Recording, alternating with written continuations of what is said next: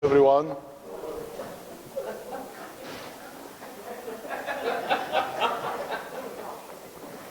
Thank you for coming.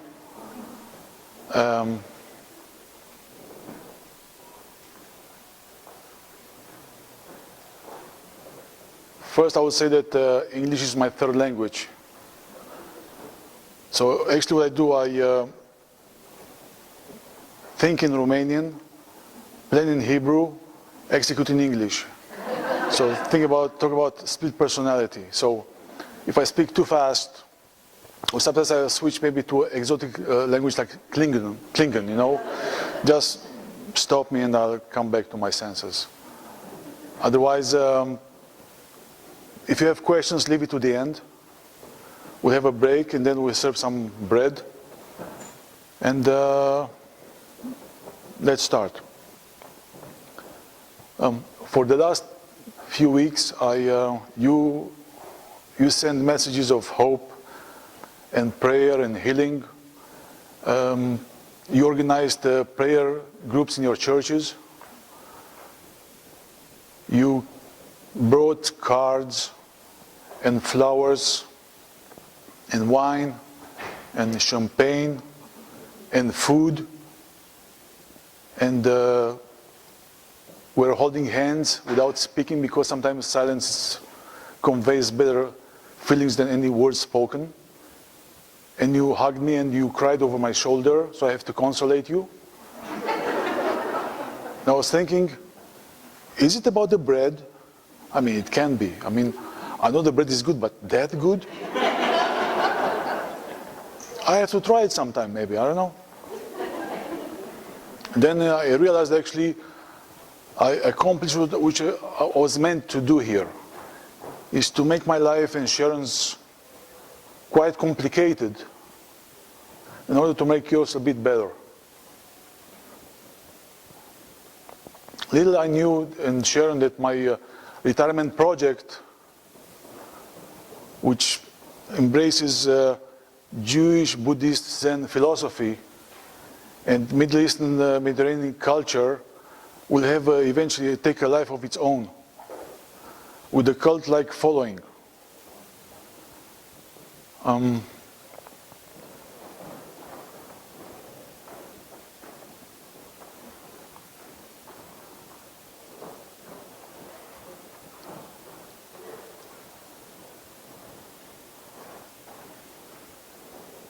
During my journey through life, my fellow travelers ask me, where are you heading to? I say, I'm looking for happiness. I say, oh, happiness, you say? I said, yes. So are you looking for fame or amazing wealth? I say, no. Where I'm looking, it cannot be measured or counted or monetized. It's about the pleasure of giving without expecting anything in return. Not owning anything. So actually, when that everything that you own cannot be taken away from you, like fame or money. So actually, you're a free person. So freedom is the essence of happiness, actually. About 12 years ago, I decided to bake bread. Now, for someone who never baked, never knew about the difference between the whole wheat flour and the all-purpose wild yeast and the baker's yeast, it would be a bit kind of, how you say, pretentious, naive, or anything will fit this description. But make it a bit more complicated. Before I baked the first bread, I knew this would be the best bread around. Now that's arrogant, yes? I know, I deserve it.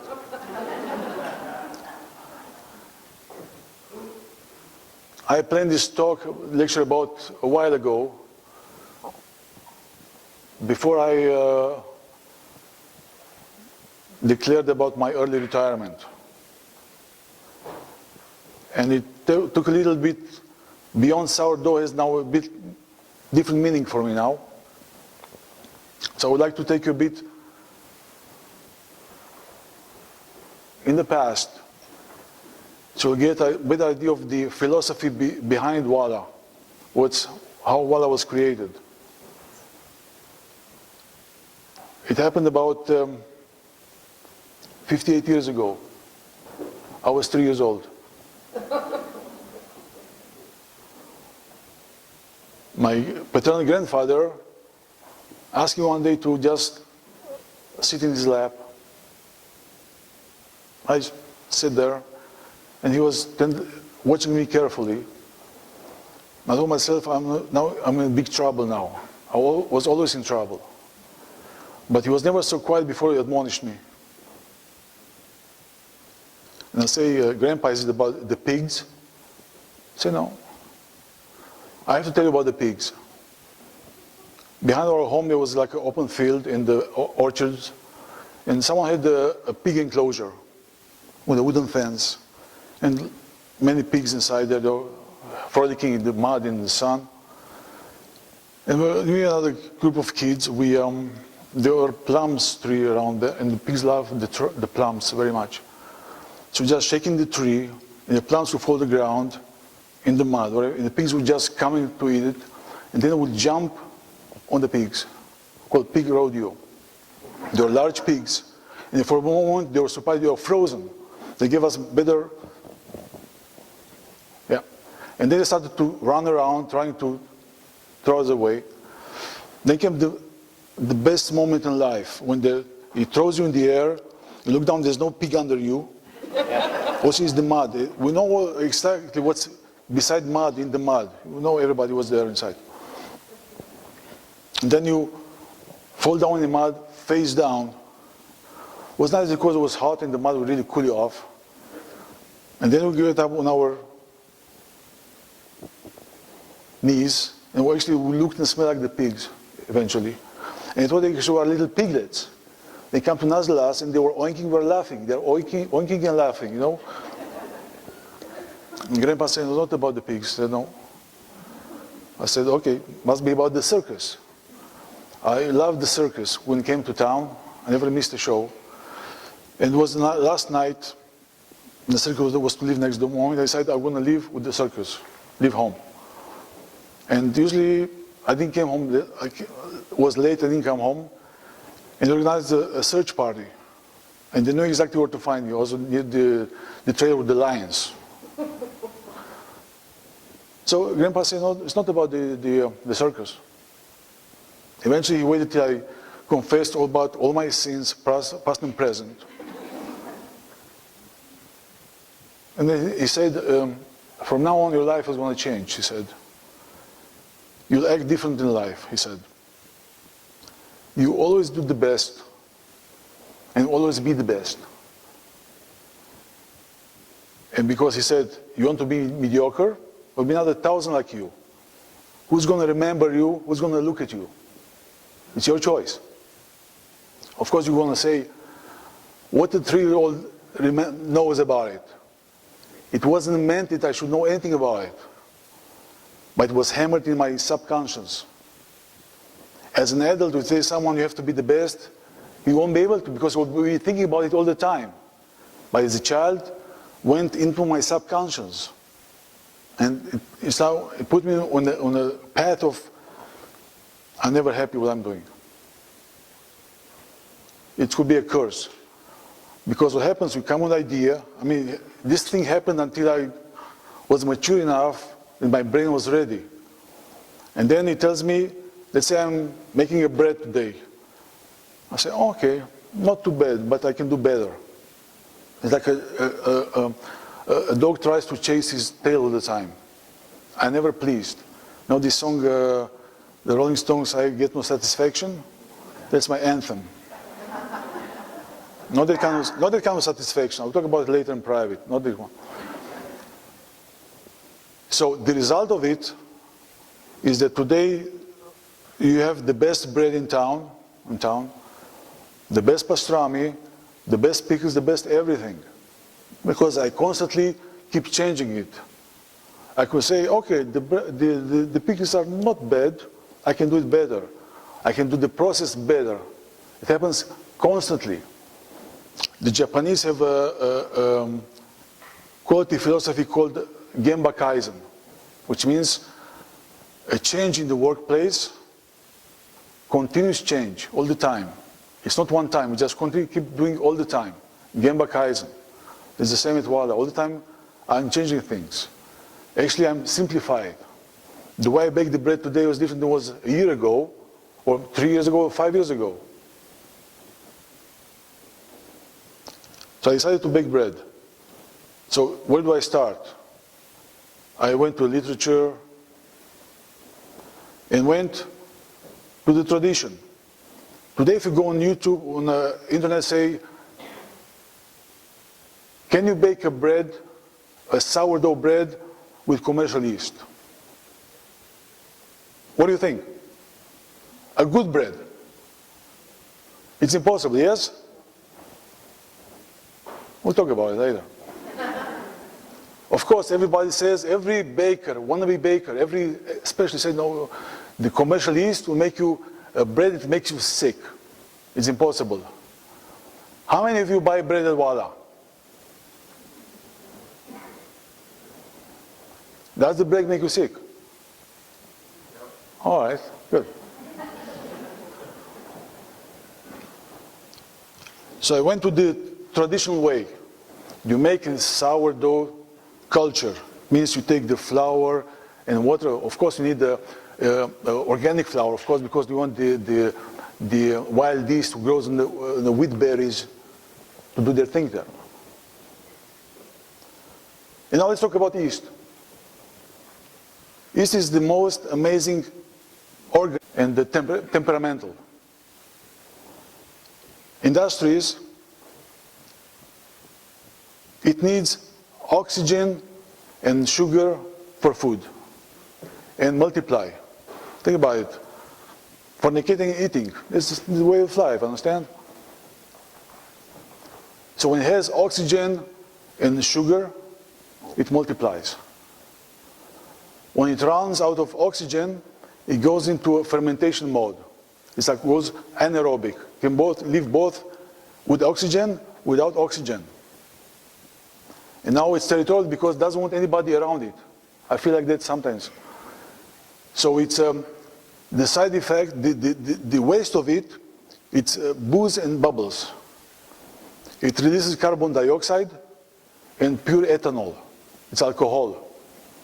So actually no other pathogen can live in 14% alcohol, 13% alcohol.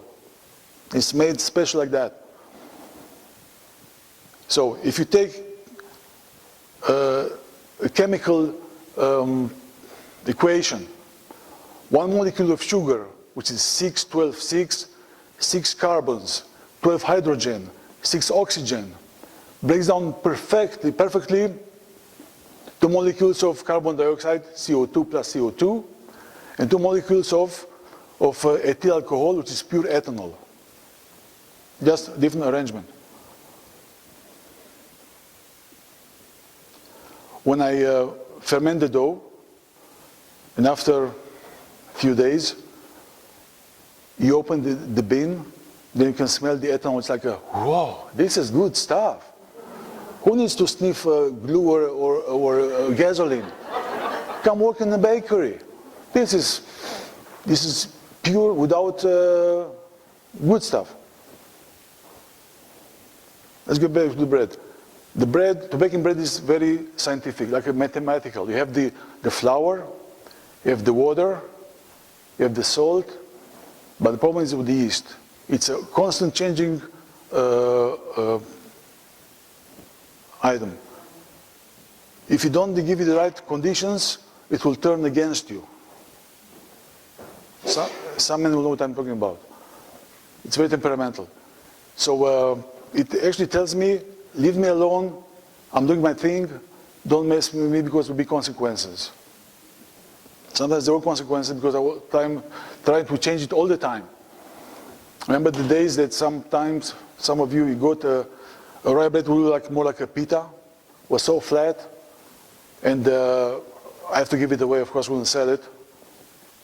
And the lady said, I try to blame the God. It's an act of God, I told her. It's not my control. Took it home, said, after an hour, said, Benjamin is the best bread ever. The flavor, said, the flavor. Can I have another one? So you can have as many, because I'm not going to make any sale today. Just take as many as you like. To making a good bread, actually it's impossible. If you want to have all together the crust, I mean the structure and the crumb and the flavor, it's a very complicated fine line. You can fall either side easily. The commercial bread, supermarket bread, they compromise on flavor and have the structure. I mean, nice, look like soldiers, even though there's no good crust there, but still they don't look nice and big. You can go all the way to get amazing flavor, not sour, but flavor, and the bread will not rise at all. It's quite complicated. It took me about 11 years to get to not too bad bread, not too bad. It's not perfect yet, not perfect. So I started doing the sourdough culture. Sourdough culture is like a baby without the diapers. You have to feed once or twice a day. Today people actually travel with the culture in hotels. Besides feeding your pet, also go and feed your culture. Now, sometimes here's a problem here. Some people complain, no, my culture got moldy. Of course. Because there's not enough alcohol and alcohol there, or a low pH environment not to allow, keep away other pathogens. So something gets moldy because so people say, so then I eventually got it running. So it takes a few weeks to have a nice bubbling and floral, nutty smell. And then you dump the whole thing make a starter for called Polish or Biga. You take 30% of your flour and water, make another starter, and then after 12, 19, 24 hours, you finish the dough and bake it. And here lies the problem. The bread is very sour. Sourdough, yes? Why is that? Because when you dump the whole culture inside, you hope that this thing will going to raise the bread. Now, we don't know how many yeast cells are in this culture. It's all wild yeast. So we don't know. So I decided I'm going to try something else. So I decided I'm going to try my bread using commercial yeast.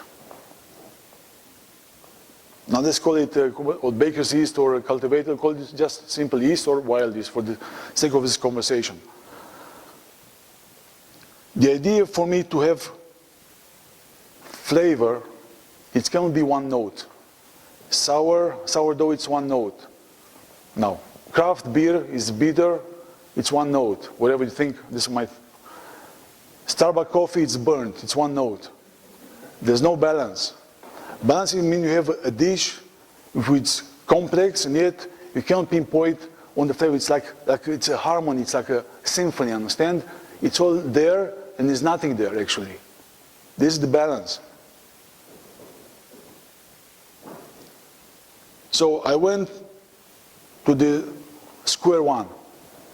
Decided to make based on the idea that if you make a soup today, it'll be even better tomorrow because the flavors come together and better the other day, next day.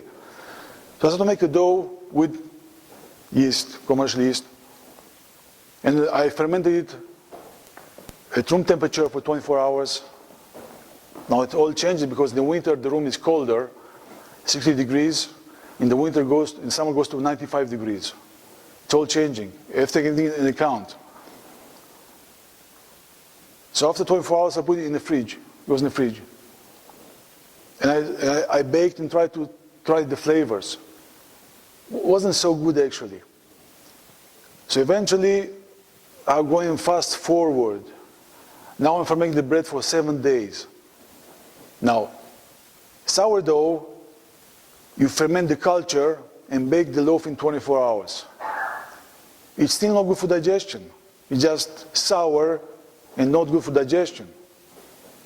I'm making now a bread with commercial yeast, baker's yeast, fermented the whole batch of dough for 7 days.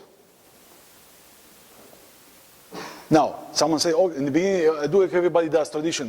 You have to take out the dough and aerate it, to remove some of the carbon dioxide, to do some more oxygen. Now I don't do anything. Goes in the fridge, don't touch it unless sometimes it goes wild and leaves the top of the bin. I have to push it back a little bit, otherwise start walking out of the fridge. Yeah. So I always go against the grain. Now, go back to my background. My parents immigrated to Israel when I was 9, in 1966. My father was self-taught jack of all trades. So after school I was going to help him to do some whatever he was doing. And I wanted to be like him. So it's high school I took science, chemistry and physics. But I didn't want to have a career, spending my life in a lab. So I took a detour. So in college I took a technical degree. It's jack of all technical trades. In other words, put in front of a machine the most sophisticated ever built, hydraulic, pneumatic, electronic, programming controllers, a machine I never saw in my life. I'm supposed to fix it and even improve it. It was my job. So I spent time, also in Israel everybody goes to the military at 18. And Israelis go late in life to university. After the military you have to make some money, and late in life I decided to put my life in a fast mode in a way. So I applied to the military that I want them to postpone my military service. I want to do my studies before the military. I said, good, but we have a condition. You have to give us more time later. So actually I spent in the military 6 years. But then I went to the civilian market. I already had the experience and the knowledge. So I worked in different industries.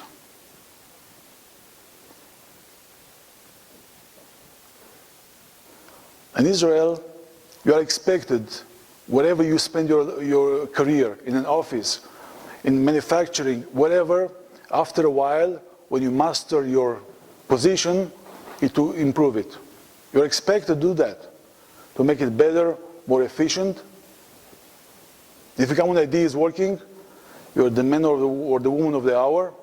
If not, doesn't work, go back to the drawing board and make it work and come back. You still have the idea, because the idea is half of a solution, after all. Everywhere I spent time, I worked for corporations or companies, I did my best. I'm a disruptor. I come there and change things to the way I see fit. If you improve things, nobody can argue with you. Nobody can stop you because you're improving everybody's life, in a way. Until I came to Canada. By the time I came to Canada, I was again so much experienced in different fields. I was happy if you just dropped me into chaos, disaster zone, production, manufacturing, logistics,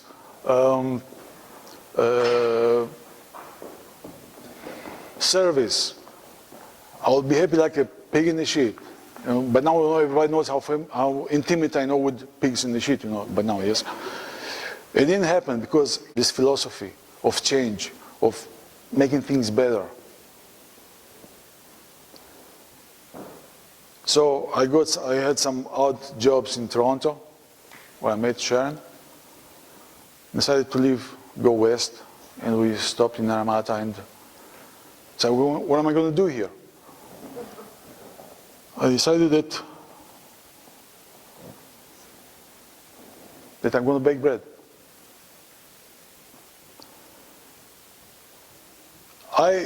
I come to this, now I'm going to digress a little bit. In one of his famous speeches, Steve Jobs said, follow your dreams, do what you like to do. It's a good speech, yes? Everybody agrees it's a good speech? Everybody? I don't agree with that. But that's me. All of you see how passionate about cooking and baking, yes? You might say, oh, I found my calling, yes?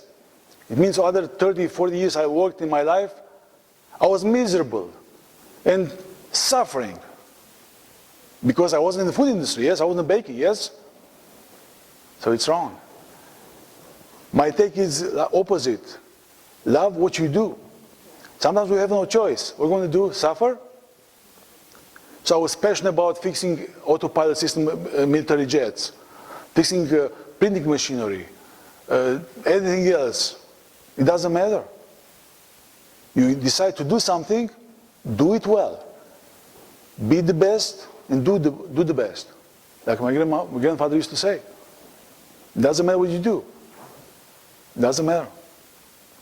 For me to bake is like it's a default situation. Nobody will give me a job in Canada.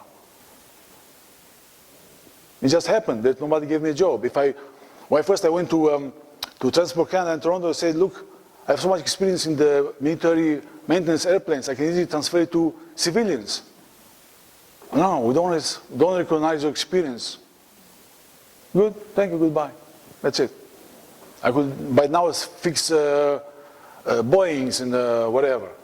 It didn't happen, so I'm baking bread. So here, with all the respect to Steve Jobs, what he achieved in his life, I disagree with him about this issue. I came to the industry without knowledge. For me, it's like a clean slate.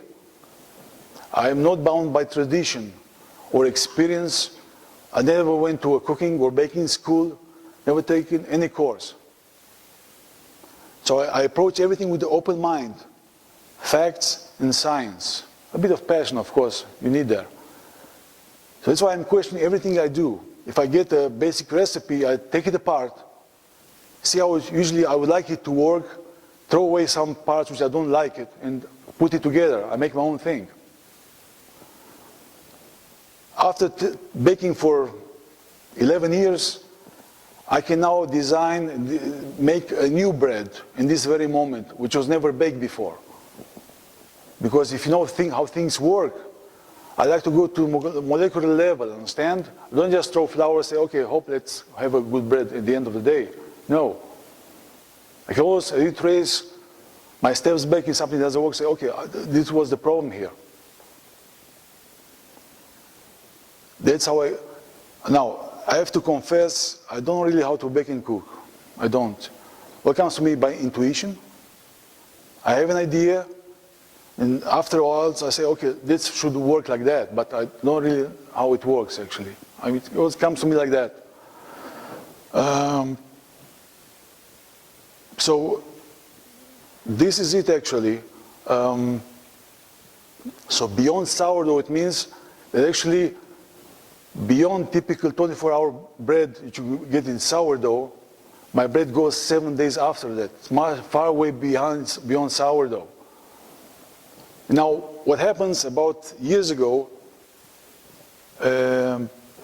already I was doing then 3 and 4 days, and people approached me and said, oh, something different in your bread? So, I don't know. So, well, I can digest it. Okay. And more people came forward. Eventually, I became curious. There was too much coincidence between this and this. So I looked online, and I looked for a connection between long fermentation and gluten and celiac. Now, how many of you here are official celiac people? Anybody? Celiac? Gluten problems? All right. So let's explain the mechanics how celiac works in the body.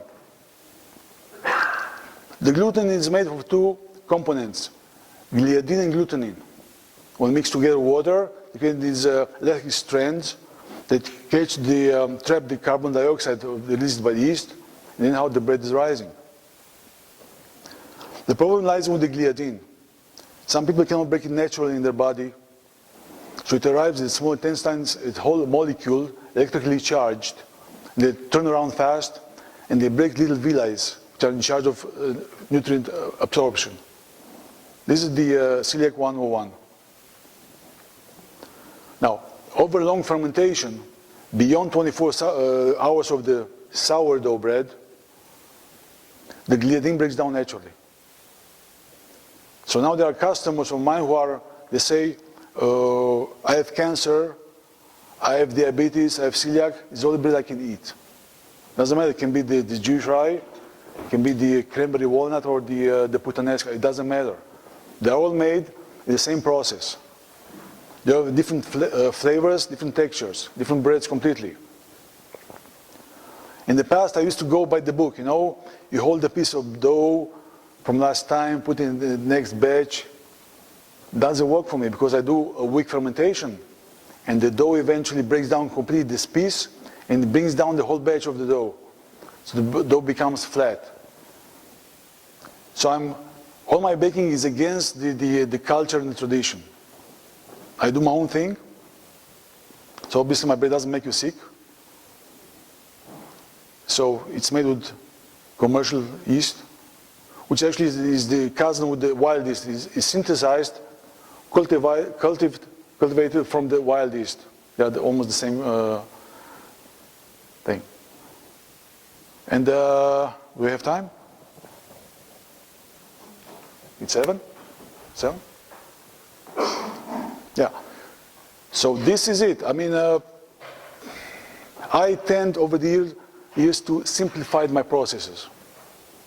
Very simplified to the point maybe we'll take it to the point of science.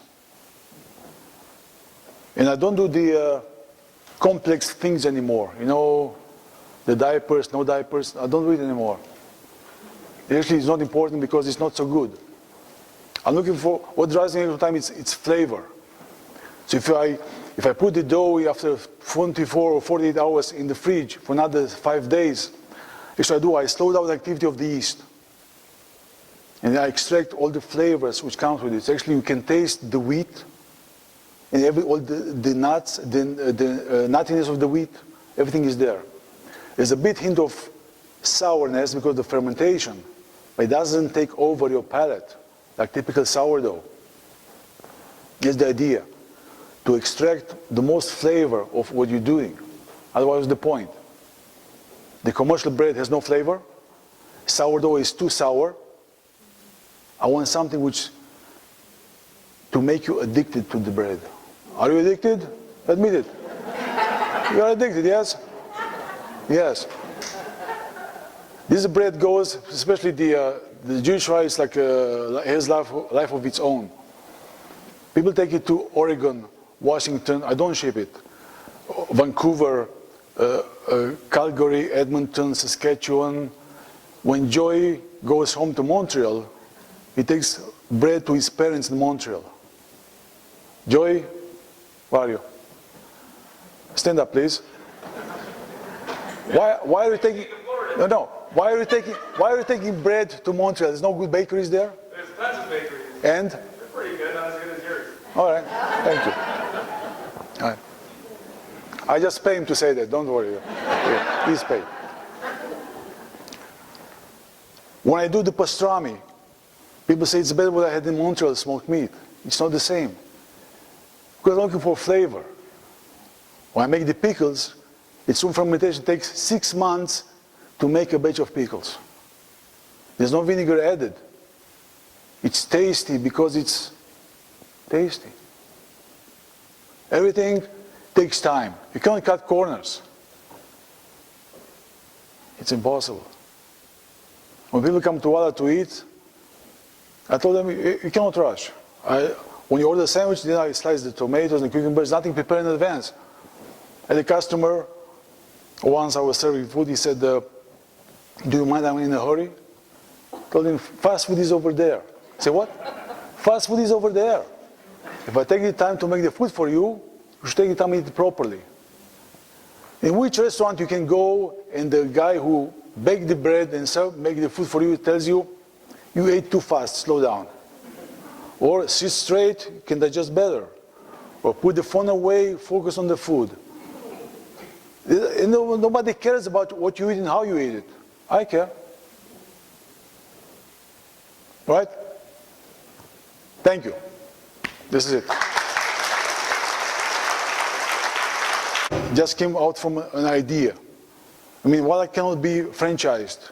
You can franchise a concept, but not a philosophy. It's a different thing. So now Walla it's at a tipping point. It means I have to let go of it for some reasons. And there can be two results to it. You can just close it down and all go fade into oblivion, whatever was gone there. Or someone will come and say, I want to take over Walla and continue the tradition. Whatever you did, whatever. Now, I know it's hard for people to purchase Walla because it doesn't come cheap. Because all the knowledge was there. All the equipment which I acquired over 11 years, 12 years actually, it's hard to imagine what it is in Walla. You can be just a chocolatier if you want. You can just have a bagel business, or a pizza business, or bread business, or whatever you want to do. Everything is already there. So you could just sit there and say, oh, well, so you're going to go away. Or you can just raise the funds and help someone purchase Walla. I can guarantee only one thing, that the person I'm going to train, whatever I'm going to be, my spirit is going to come over and watch over his or her shoulder and gently guide his hand or her hand. I cannot guarantee that everything will be the same. Or maybe after 1 year the person will say, it's too much work. Who wants to work on 100 hours a week? Not for me. I'm going to close down. I cannot guarantee nothing of it. But you think about it. You can just help someone who wants to buy Walla and to take over. It's not easy because when my gift was to give without receiving nothing in return, understand? You cannot monetize working 100 hours a week. It's a it's a slave work, understand? Whatever. But because actually I don't care about money. When I was little, my mother used to tell me, money is not everything in the world, but you have to be mensch. So I asked her, what's mensch? She said, you'll know when time comes. Mensch is a Yiddish word for a decent person. It can be many things, understand? But it means you cannot be a hired assassin and say, I'm going to kill you, but I'm still a mensch. It doesn't work, understand? So it very narrows your options here. So when you say money is not important, so actually I really don't care about money. Whatever money buys, I don't really care. I drive old cars all my life, never owned a new car. My last car died at 450,000 kilometers. This one still has another 370,000 on it. And it's not important. So I'm saying, now, Walla became profitable only maybe 3 years ago. I used to work in the past, in the winter months, we used to work 2 weeks just to pay the rent. Now I'm working 2.5 days to pay the rent. The difference is. And because actually, I don't care about the money, understand? I only care about the quality. So actually money comes to me because I really don't want it, understand? That's how it works. My wife says it's a Buddhist thing. She says patterns always get what they don't want. It's a Buddhist thing.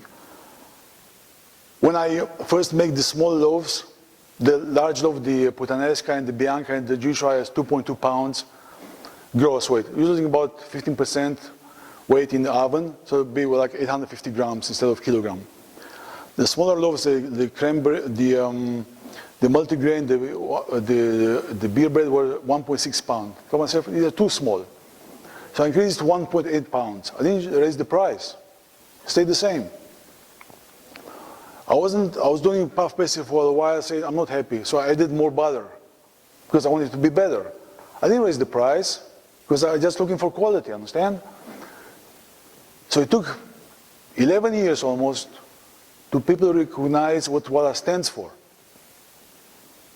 I don't care about money, actually, making money. I just want to serve the community without anything in return. I mean, I still have to pay the bills, yes, but what I like to see on people's face, the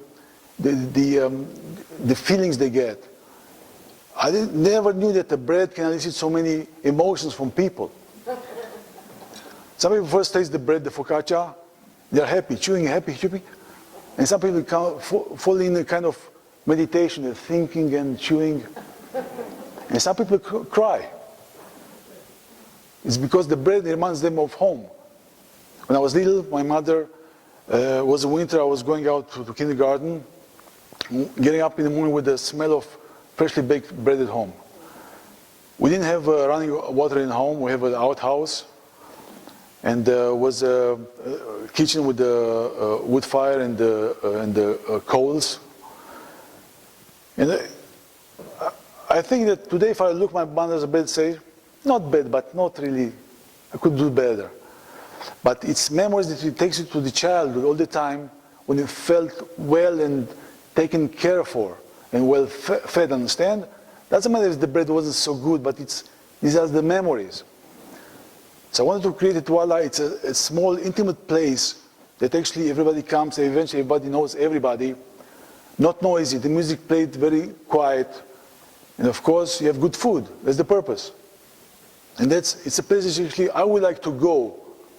I cannot step in a noisy restaurant, or loud music, or terrible food, of course, understand? But that's just me.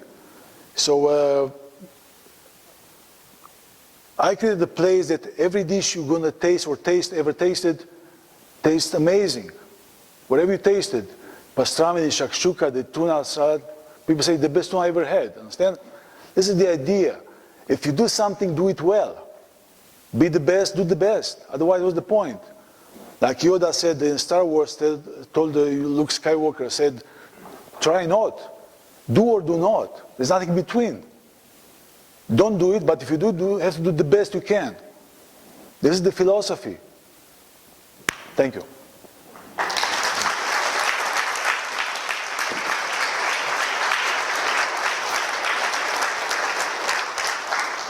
Now, we have some bread.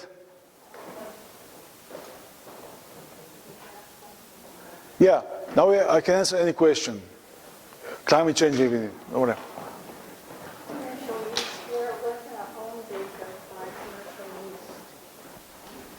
Superstore? Instant yeast? Instant? Dry yeast, yes? This is it. That's it. Disappointed? Of course. You think everybody now will make the more complicated, the more special you are? No. The more simplicity you are, like Zen, more simple is the better. The more simple you can repeat it time after time, understand? The more components you have inside there, it's difficult. If you bake in your home, say, okay, today I make the starter, throw the sourdough, will be more sour, tomorrow will be less sour, who cares? But if your customers come to your baker, say, I want every time the same. So how are we going to do it? Simplify the process and the product. This is Zen philosophy, not Canadian philosophy. Yes, please. Where did the name Walla come from? All right. In Israel, street language between Hebrew and Arabic, we say Walla means da, means nothing. Da. It should be exclamation and question mark. Walla. Nothing. Yes, please. Yes. My mom made some sourdough. Yes. She gave me some and I tucked it away and I forgot about it. How do I know if it's still good? Is it where, under the bed or in the fridge? Where is it? It's on the counter. It's covered with plastic. You haven't touched it for how long? 6 days, 7. Well, open the plastic. If it smells bad, throw it away. If it has some mold, throw it away. If it has nice bubbles, maybe it has some floral, nutty flavor, still good, which I doubt it, because it has to be fed all the time, understand? about alcohol? Do you smell like alcohol if we're still good or not? Okay, about the ethanol. Yeah, ethanol actually in Brazil, many cars are powered by ethanol. So I thought maybe I have the idea that we build a contraption on your carburetor, you come to Walla, get a bin of dough, put in your trunk, drive around for a week, and then come back. I bake the bread and you get another, you know? This is green bread, yes? Yeah, Suzuki will be proud of us. Yeah. Yes. Yes, please. When you're making your starter, the quality of water, is that a thing for you, like pH counts? Or like chlorine? What I do, I use tap water which is chlorinated in Penticton, but I keep it in the fridge for a few days and the chlorine evaporates, understand? But some people say, oh, we want the sourdough, the bread to be very sour because no other bacteria can occupy the dough.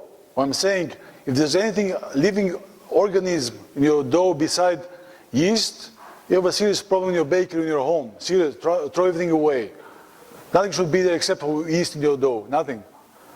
But in your culture, everything can occupy it because it's not sour enough or no alcohol there. So that's why it's moldy, because there's bacteria. Some people say, oh, I'm measuring out the pH of the dough. Hey, forget. It's too complicated. It's not worth it. Make it simple. Yes, please. Question, but when you have you ever had the experience where you made your dough in another place in the world? Does it behave differently because of the dough? You see, it's like people say, oh, the San Francisco sourdough famous. Yeah, so it's okay, maybe because the terroir, the air in San Francisco, the water. You have to try everything to see what works, doesn't work. And you can really thin down the process all the time and get to the point. I'm sure that, now I'm letting go of Walla. I'm not going to bake anymore. I'll just be there for another few weeks. But if I was baking, I'll say another day from now, I'll say, okay, the bread will change completely, because the dough is like this.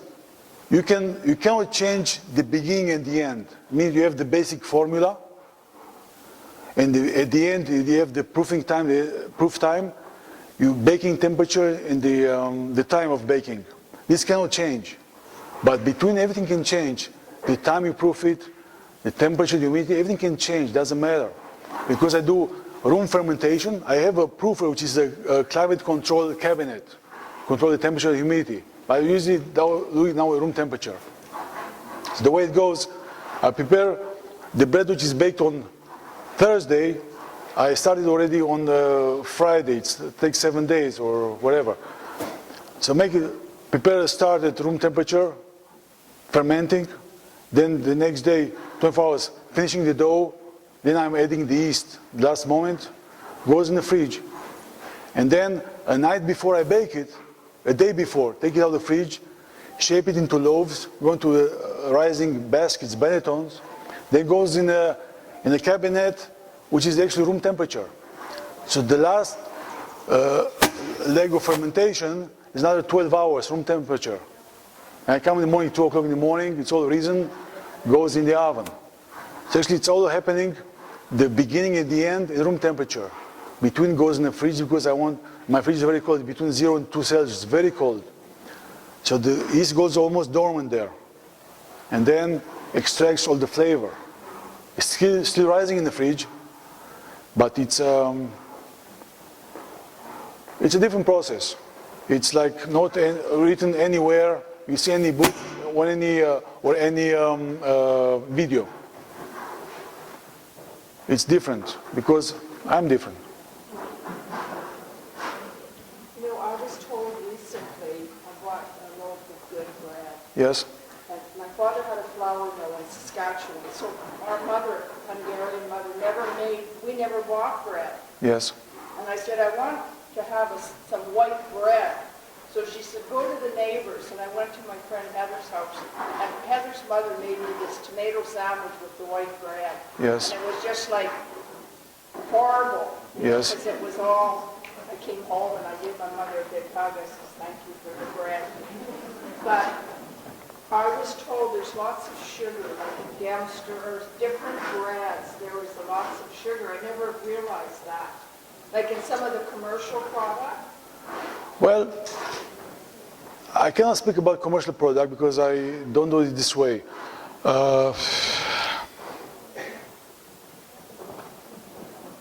This big for diabetics, you know. I have a customer. Yes. She told me I'm diabetic. There's only bread I can eat. Now, what happens is that if you want to ferment the yeast, the dough for 7 days, the yeast is going to starve. It has to be fed. Yeah. So where's the yeast going to get the sugar? You're using malt powder. Malt powder actually it's a fancy name for barley which was sprouted and dried and ground to a flour. It's rich into amylase. It's an enzyme which breaks down, converts starch to sugar. Actually, this way, in a way, long fermentation, the yeast uses up all the sugar available in the flour. In a way, kind of simplified. Understand? There's some people say, "Oh, I can eat bread because I'm diabetic and have your bread." I don't know what happens really, but this is the result. So celiac people, diabetic, people, ladies saying I have cancer, the only bread I can eat the bread. By the way, we are sold out for the next few weeks. The bread is sold out anyway. This is it. Again, I bake by intuition,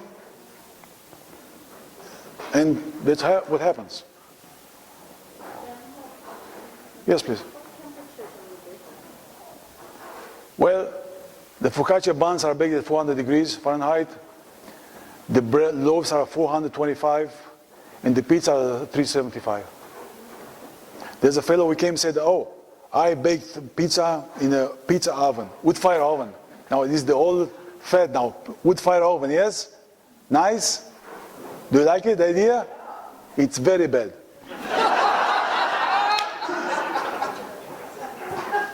I'll tell you why. First of all, inefficient. You have to run it for a few hours to get the right temperature. Now, how you control the temperature? Throw another log inside? No, not exactly. Can you repeat it? Not exactly. Once you get 800 degrees on the deck, 1000 degrees on the ceiling, and have a pizza there, you put the pizza inside, you blipped, and it's burnt. So I told this fellow, you know, you ferment the dough for 4 days to extract flavor, and then you bake it in 90 seconds. You even don't allow the flavors to develop. You cannot start slow and finish fast, or opposite. You do the same, start slow. So I bake my pizza for 15 minutes. And lower temperature in the bread, because I want the slow to rise and get the flavors. 90 seconds? No, it's very bad. So wood fire oven, unless you go into Mars, there's nothing else but wood. Okay, bake your bread in a wood fire oven, right? Yes, please. The thing about yeast when you're doing that slow ferment that made a focaccia that was a day and a half in the fridge to rise. And so that you use way less yeast to do it. So you cut down on the Basic formula to bake any bread in the world. Okay, listen well now, people. Listen well. Flour is always 100%, always. Water, hydration, changes. It means if you bake ciabatta with the big holes, which you can have a normal sandwich where everything falls through the holes, you know, but in the fancy bread, 110%. There's more water than flour. Very sticky dough. Okay? Focaccia, 70% only. One the lady came and Walla said, "Do you bake ciabatta?" So I bake focaccia. No, I'm looking for ciabatta. So do you know the difference? No. Say hydration. Excuse me? Hydration. Water, less than. So what's this? Want to try focaccia? I love it. I'll buy some. You know, people these days, you get their education on the internet. No, it's not new, not about you, other people, you know. No, it's not about you, yes. People come and say do you bake bread without yeast? Say, well, it'll be a bit difficult. Say, no. Is your bread rising? Yes, it's rising. No yeast, no yeast. No wild yeast, no wild yeast. And it's rising. And I say, hey, I give up. Hold on, I'm just a baker, yes? And then she leaves and thinks, oh, what does he think, this guy? He's just a baker, no? He doesn't bake. You know, I've been shaking my head so much lately. If I wasn't sure I have ALS, I would swear it's Parkinson. You know, it's like I'm doing it all the time. So, hydration. I mean, if you change the flour and hydration, you get 100 kinds of bread. Okay? Salt. Magical number. Magic. 2%. 2%. Not enough salt, the dough will go crazy. Too much, will be depressed. Understand? 2% is the magic number. It means tasty flavor. Also controls the dough. Yeast, 1%. Right? Sourdough is the only bread with probiotic, eh?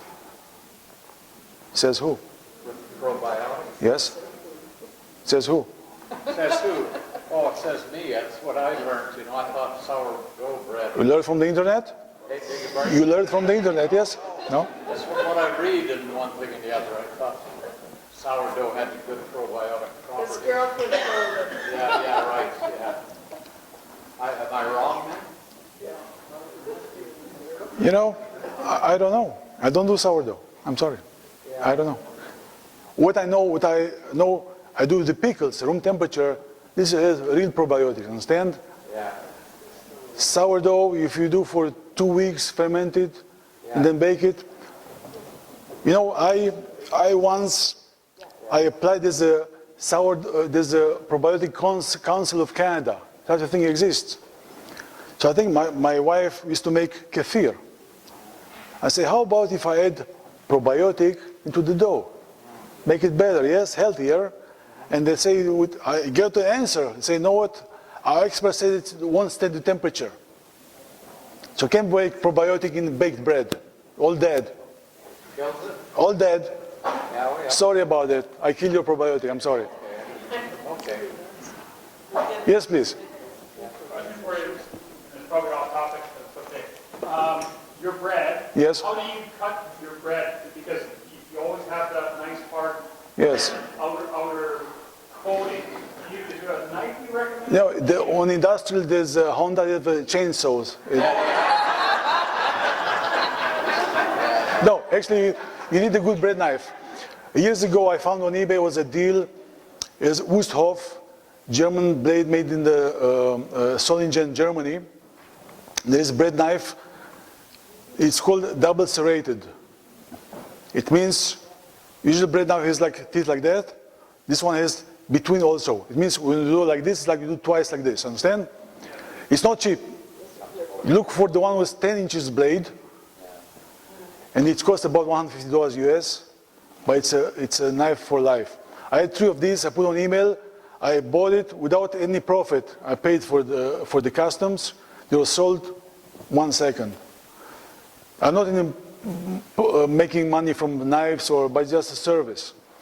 You need a good bread knife, a bigger blade for a good loaf. Understand? You do like this. Not 8 inches is not enough. If you cut a puttanesca, you need to go twice. You know, like good bread knife, good for life. And a chainsaw if you want. Yeah. Anybody else? Yes, please. Here's a few comments in order. You spoke Yes. and you speak in such an interesting way. You've done a great job with English. Thank you. Secondly, you spoke about your grandfather instilling the desire in your subconscious to do the best when you were young. Yes. And how, as adults, maybe we have a hard time with that because we're consciously thinking Yes. doing the best. So Yes. I love that way of projecting, how important it is to get those things in Yes, as it was for you. yes. So I think your grandfather would be very proud. Thank you. Thank you.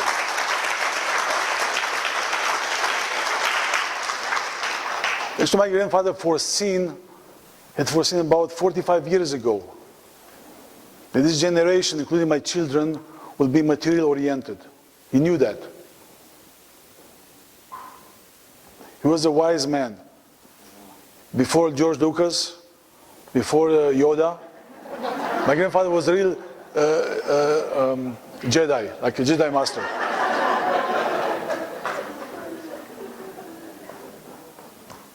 Everybody had bread?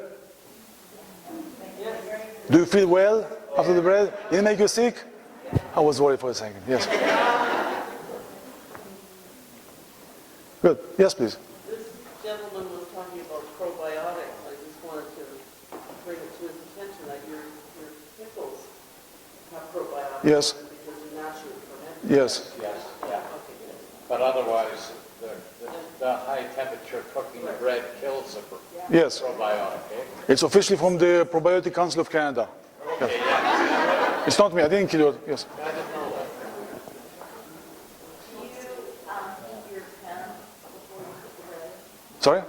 Do you heat the pan in the oven before you put your bread in, before you bake the bread? No, I hit the oven.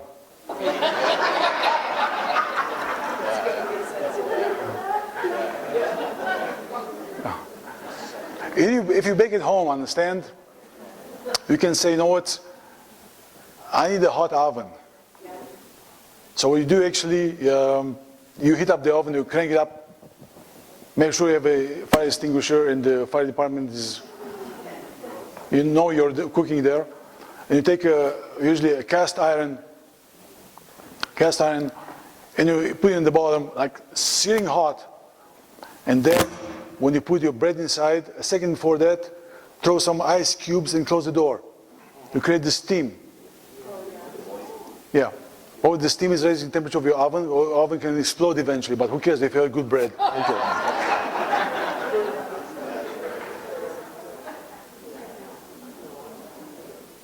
Yes? Is your oven gas or electric?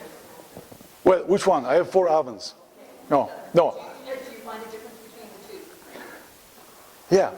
Gas ovens, they give a nicer color of the crust. It's a big difference because there's a live fire going there, understand? Like, and you can break the gas into different compounds, give a different finish to the bread.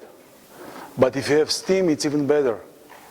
Yeah. I find the gas moisture. Yeah, but if you have a electric oven, convection.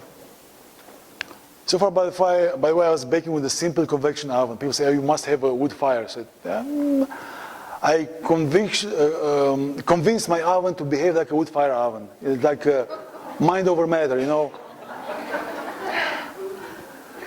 What's most important, like anything in life, know what you're about to do. Know well, know everything, understand? Something breaks down, you can know how to fix it. You can step back in your process and fix it. But if most of us don't know what they're doing, like me, most of I just don't know really what I'm doing. But otherwise, I'm a technical guy. I can fix the oven or bake a bread, but you know, I'm still working on my bread actually. I don't think it's the perfect one. Not the crazy stuff in my head all the time. My tail, I didn't catch my tail yet. So, but go simple. Don't go on YouTube. Please don't go on YouTube. It's terrible. I'm more go on the internet, I'm more confused. Seriously. There's a video that says that no knead bread. Okay? Everybody saw this video? No knead bread. There's a famous baker, the famous journalist from the New York Times say, oh, we're going to make our bread, no knead bread. Now I'm curious, you know, like, say, this bread, even 4-year-old can make the bread. It's okay. So they pour water, flour, salt, and yeast. I expect that actually you don't touch it, yes? Don't touch it. Just leave it like that, and then you bake the mass, whatever comes out is a... No. Then it takes the hand and mixes all together, comes to... they say, okay, now leave it the rest for 12 hours to bake. I say, excuse me, You don't say dough kneader, say dough mixer, yes? Once you mix it already, it's part of the kneading system. So I'm confused. Am I missing something here? No kneading bread? No. So I'm more confused when I go internet. I stay away from internet. Not you people. Of course, you don't get your, not you. I'll talk about other people, yes? Yes. Actually, most of the people don't know what they're doing. Some of them come to us and say, is the bread still hot, cooling on the rack, yes? Is it from today? If I'm in good mood, I say, well, it's from yesterday. Is the bake here? No, it comes from China every day fresh. When I'm really have a bad day, this often happens. And say, what are you really telling me now?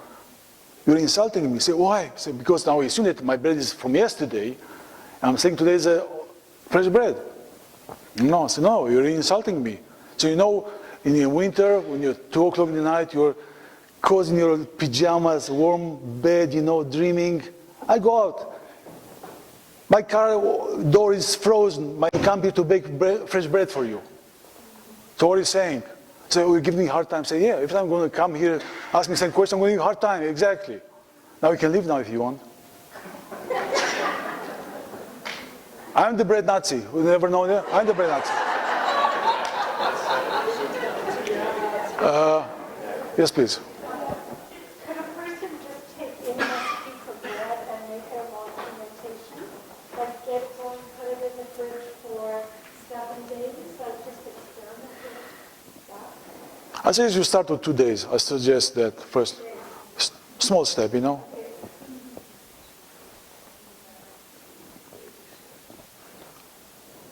Are we done? Can we go home now? Thank you.